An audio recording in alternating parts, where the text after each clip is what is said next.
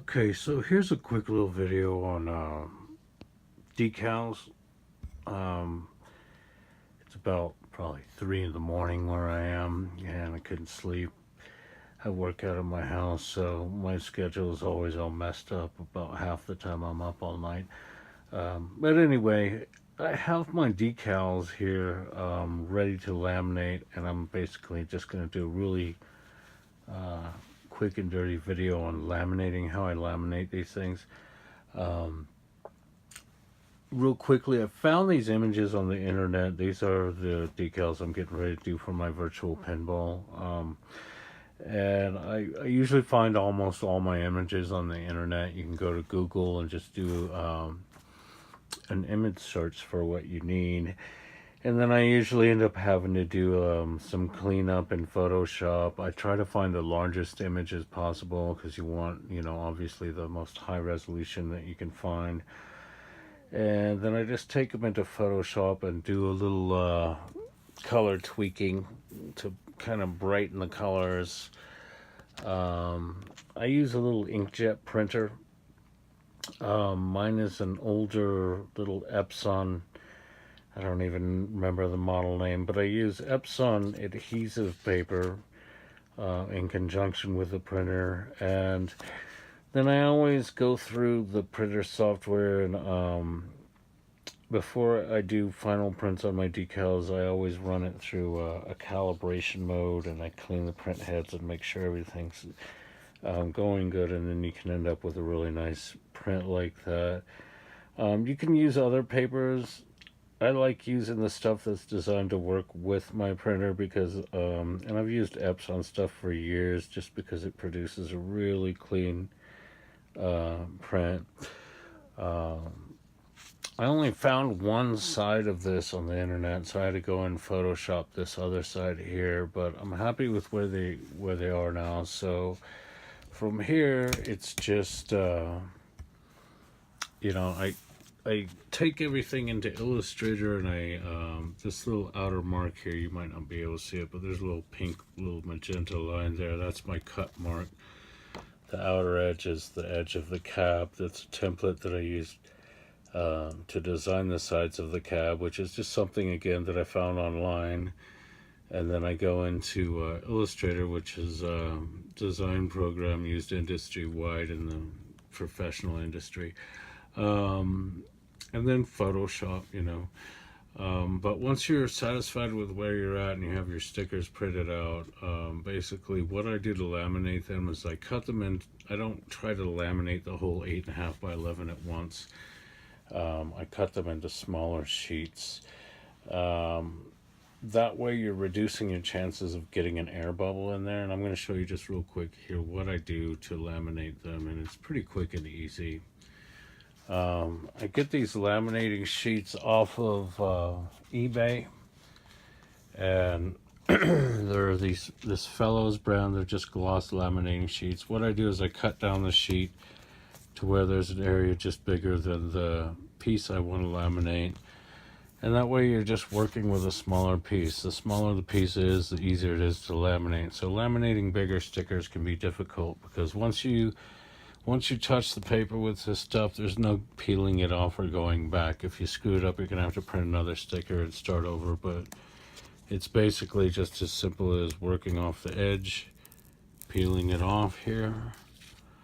And I always go in from the middle. I always bow it first, like this. And then I lay it down in the middle first, carefully. Because again, it's a one-shot deal. And that's it. It's just adhesive on one side, it's gloss on one side. And I just take my fingers and go down the middle of it, starting in the middle. And then you can slowly, kind of gently work your way out. Pressing down on it kind of lightly at first, and then once you have that all handled, you can go in and press a little harder, and you'll see as you press a little harder across it, the color really starts to pop on the decals. And you shouldn't really have any air bubbles or anything. There might be a piece of dust or something that gets under there, but you want to really try to make sure that your surface that you're working on is clean, and that you've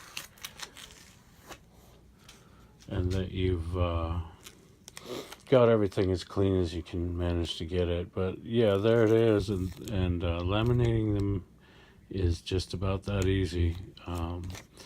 And then, once I have it cut out, here's the back of the sticker. You can take that off and then apply it to your cab. Cutting these out is pretty much just a ruler and an X-Acto blade.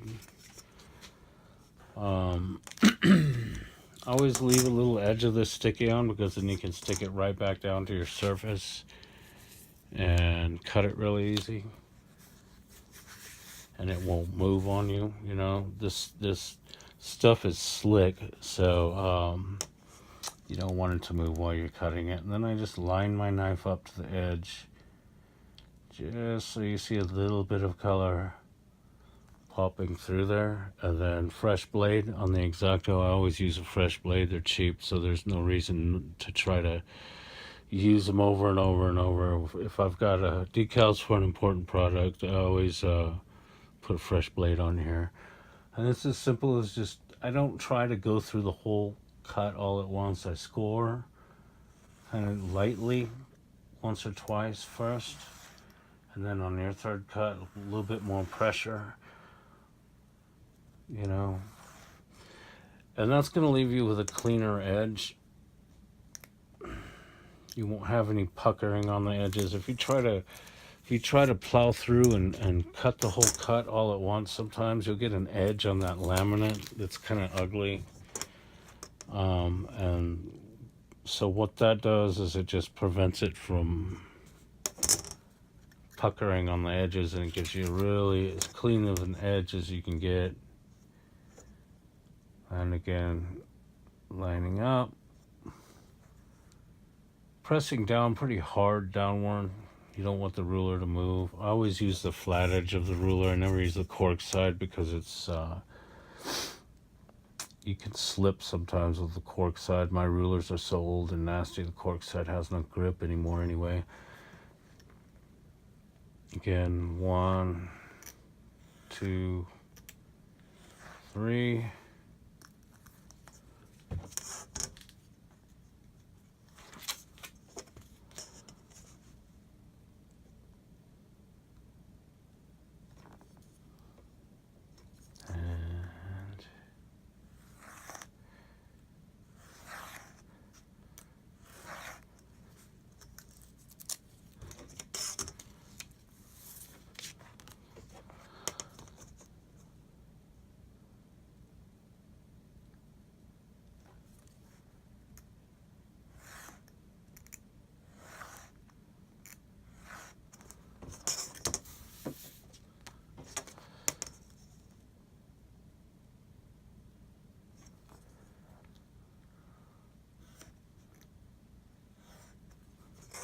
Radio, finished decal here, ready to apply.